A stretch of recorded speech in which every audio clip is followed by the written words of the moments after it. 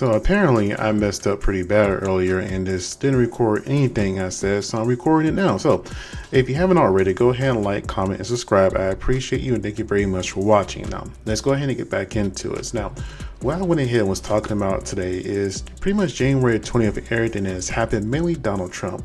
Now, the main thing people are talking about is Donald Trump not putting his hand on the Bible. Now, I do believe in tradition. I am not the most religious person in the world. However, if I am going to run for president and be president, if I'm not going to put my hand on the Christian Bible, maybe I will have a Quran, maybe I have a Torah, I forgot what it's called. I don't want to disrespect it. I will have some type of religious text or book that's something that's very important to me that I will swear in to do the oath.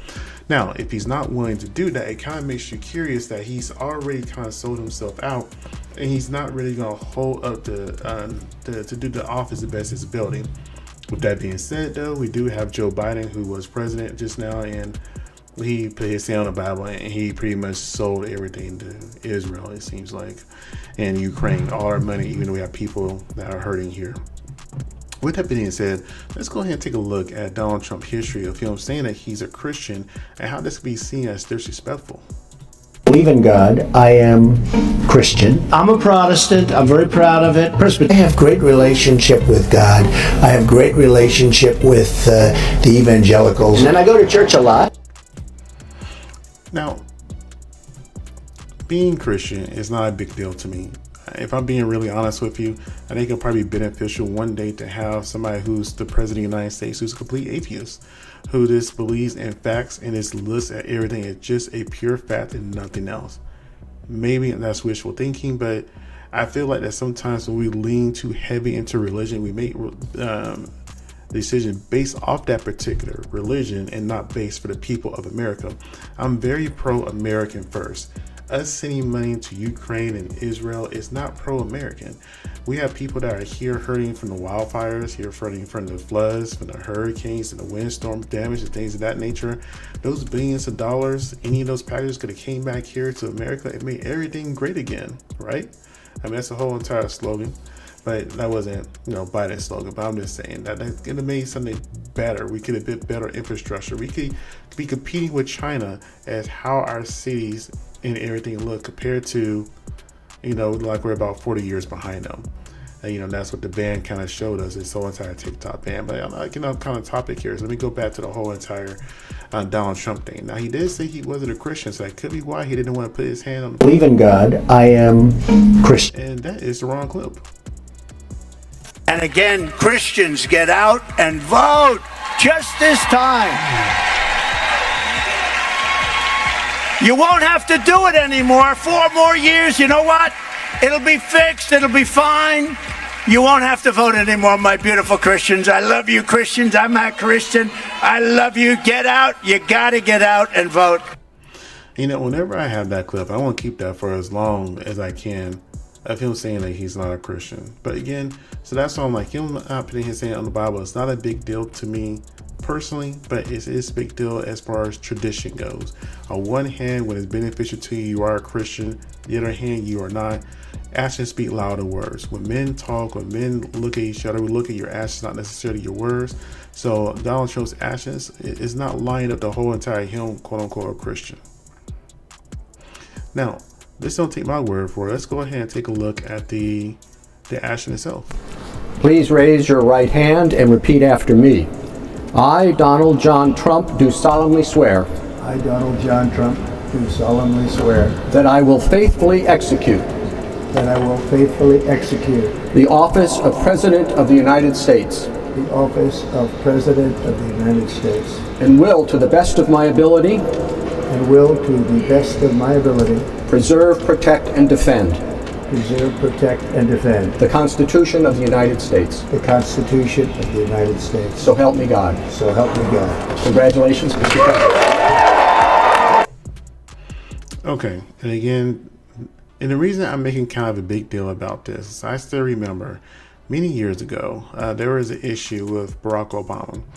I won't say issue personally. Whenever he was doing the oath to the President of the United States, he kind of corrected the person that was doing the oath. And because it didn't go smoothly like it has in the past, people were saying that he was not really the president of the United States, even though he did say the oath.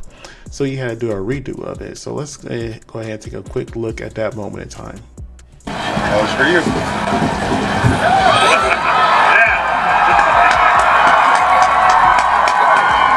Are you prepared to take the oath, Senator? I am.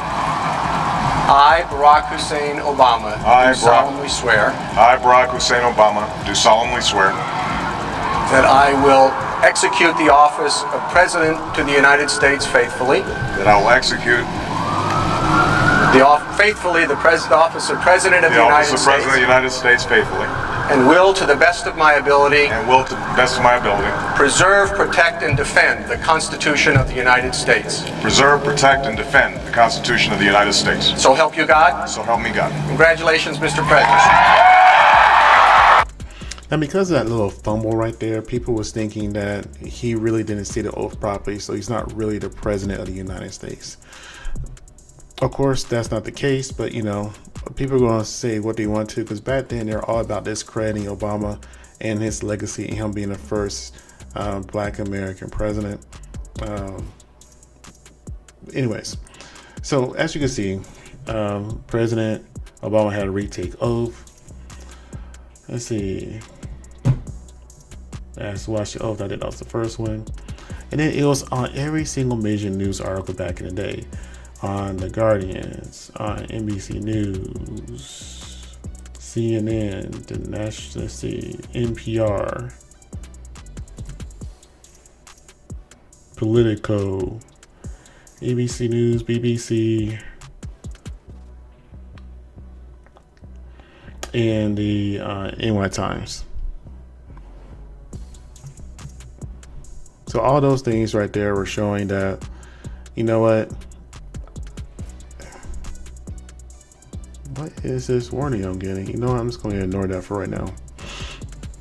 Now, let's go ahead and get into the real meat and potatoes of this. Elon Musk.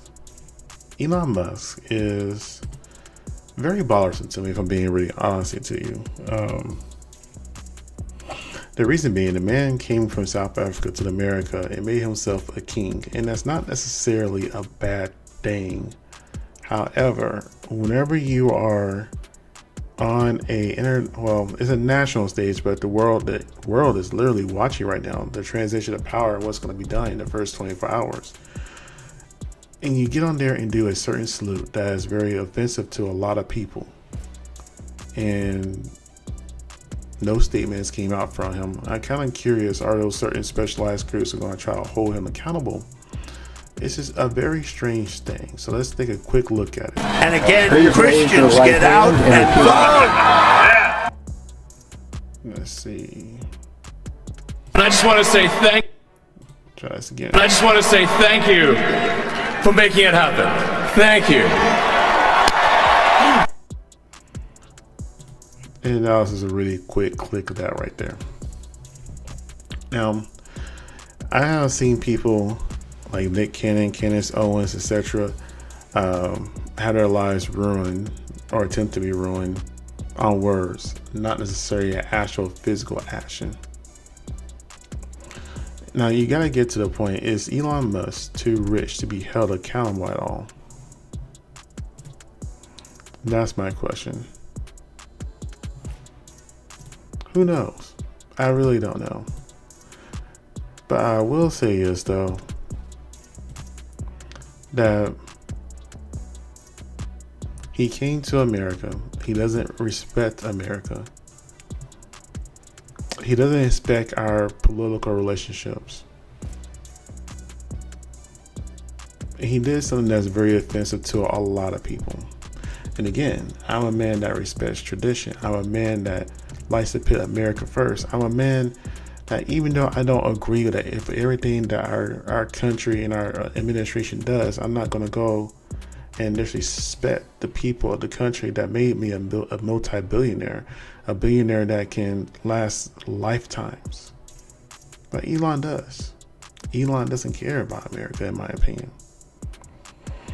Now, people are saying that was a old school Roman salute. And I looked it up. It didn't look like a Roman salute. Now, people are saying that that is, or thinking maybe that's a South African salute, a South African thing. Looked it up. Didn't see nothing similar to that also. So essentially, this man has came into our country onto the highest stage possible and did the biggest insult possible. Even the Fox News commentators, the reporters, was right there stumbling and fumbling their words because they didn't know what to say next. They didn't know what to do. Sometimes people who have money and power should just stay behind the scenes. You know, people who own like what is it, BlackRock and things of that nature. You don't see them.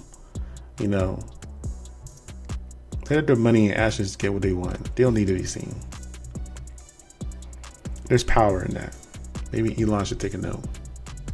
Anyways, if you watch, like, comment, subscribe. On my first video, I didn't have any sound apparently, so that's why I'm recording now again.